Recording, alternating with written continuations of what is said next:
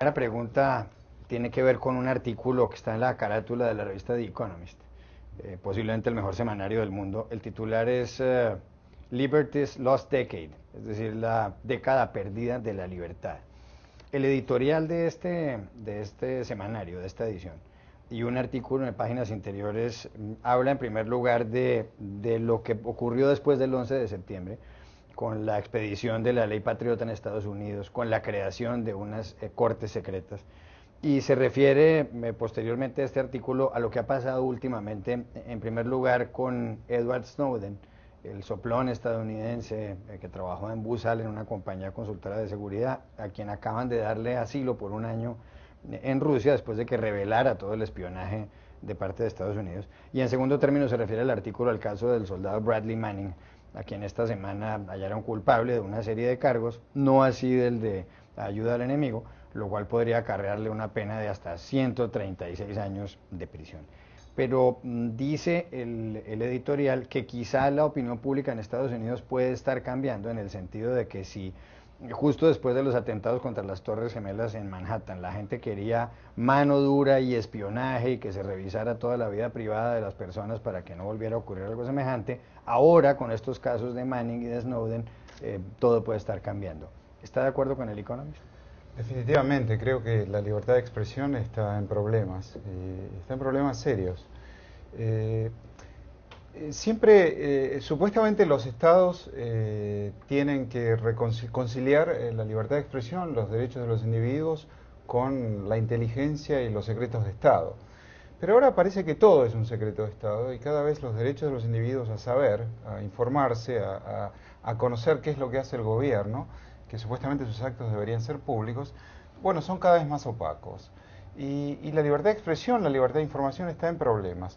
Es curioso porque con la excusa, yo diría, del terrorismo, se está reproduciendo el esquema intelectual y el esquema informativo de la Guerra Fría, donde por el ataque o por la amenaza comunista todo se mantenía en secreto y ahora por la amenaza terrorista todo se mantiene en secreto. Por el otro lado, finalmente, uno se pregunta si esa es realmente la causa, porque cuando hay informaciones específicas, como fue el caso de los atacantes de Boston, que fueron informados, hubo información por parte de la inteligencia rusa, que esos dos hermanos habían estado en Chechnya y habían estado involucrados en actividades de tipo Al-Qaeda o similar.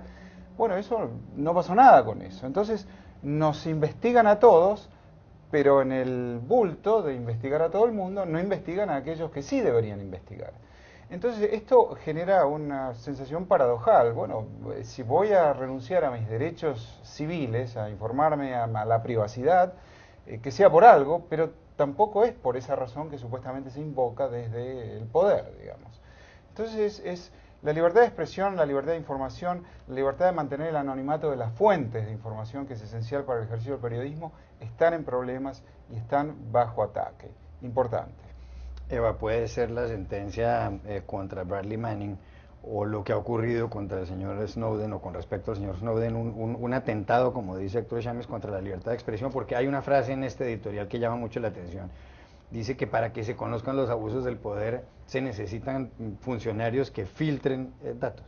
Bueno, está claro que cuando la Fiscalía del Pentágono, bueno, en este caso el gobierno de Estados Unidos, pidió para Manning, entre los delitos y la pena de ayuda al enemigo, lo hizo no solamente con el claro propósito de un ajuste de cuentas hacia Manning, sino verdaderamente para atajar la posibilidad de que otros soplones o otra gente del propio ejército hiciera lo mismo, siguiera ese caso, precisamente para decir, si lo haces, ojo que te enfrentas a esta pena. No le ha salido bien en este caso. Es cierto que sí que parece que se está volviendo a, y que es necesario, que si, está claro que si no se llega, si Snowden, por ejemplo, no hubiera filtrado estos programas, probablemente toda la reacción que está habiendo ahora en el Capitolio, en el Senado, que ya hay cada vez, se están cuestionando más la extensión de estos programas, no se hubiera podido debatir porque no se hubiera podido conocer. Luego está claro que sí que es necesario y esencial para que luego se pueda conocer. El problema es que el año pasado, bueno, es el problema que yo veo, el año pasado se reautorizó la Patriot Act. Nadie dijo nada, nadie se cuestionó, ostras, ¿cómo es posible que se supone que la administración Obama siempre había dicho que quería cortar con el pasado y están reautorizando una ley que fue tan cuestionada? Entonces, nadie dijo nada. Ahora se ha visto que esa ley se sigue utilizando, pero en el momento en que se autorizó, todo el mundo pensó que era por la seguridad, que era bueno. Entonces, yo creo que es importante que haya este debate, pero aún así creo que sigue habiendo ambigüedad, porque sí que es cierto que cada vez hay más ciudadanos que se cuestionan la extensión de los programas de seguridad, pero la semana pasada una encuesta de la CBS que sí que decía que el 67% de los ciudadanos consideraba que los programas de vigilancia eran una intromisión excesiva de la privacidad, pero el 52% consideraba que eran herramientas buenas para proteger de ataques antiterroristas, con lo cual yo creo que esa ambigüedad sigue allí y que es cierto que hay que proteger la privacidad y que es necesario que se sepa la extensión de los programas y que se conozca lo que hace el gobierno.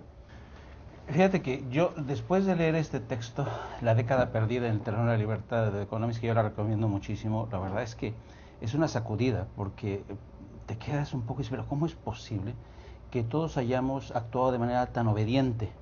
¿Cómo es posible que hayamos permitido que esta doctrina se impusiera así sin más, ¿no?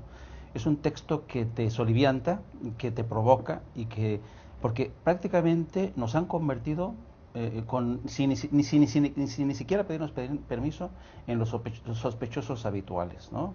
Y lo hemos aceptado esa condición. Yo recuerdo muchísimo una conversación que ya tuve hace ya como 5 o 6 años con Robert Baer, el exagente de la CIA, este tipo que todos presentan como una especie de Indiana Jones de la CIA. Y platicábamos precisamente del tema de la doctrina de seguridad. Yo le decía, mira, oye, ¿cómo es posible que el gobierno de Estados Unidos tenga tan fácil a la hora de imponer el acta patriota, todo este... Y ¿sabe lo que me contestó? Me dice, nunca se me olvidó, me dice, porque la gente es estúpida y a la gente basta con que le metas miedo en el cuerpo para que te acepte todo lo que tú quieres. Y bajo ese principio fueron introduciendo poco a poco esta doctrina que efectivamente, como dice The Economist, nos ha costado muchísimo en el terreno de las libertades y los derechos civiles.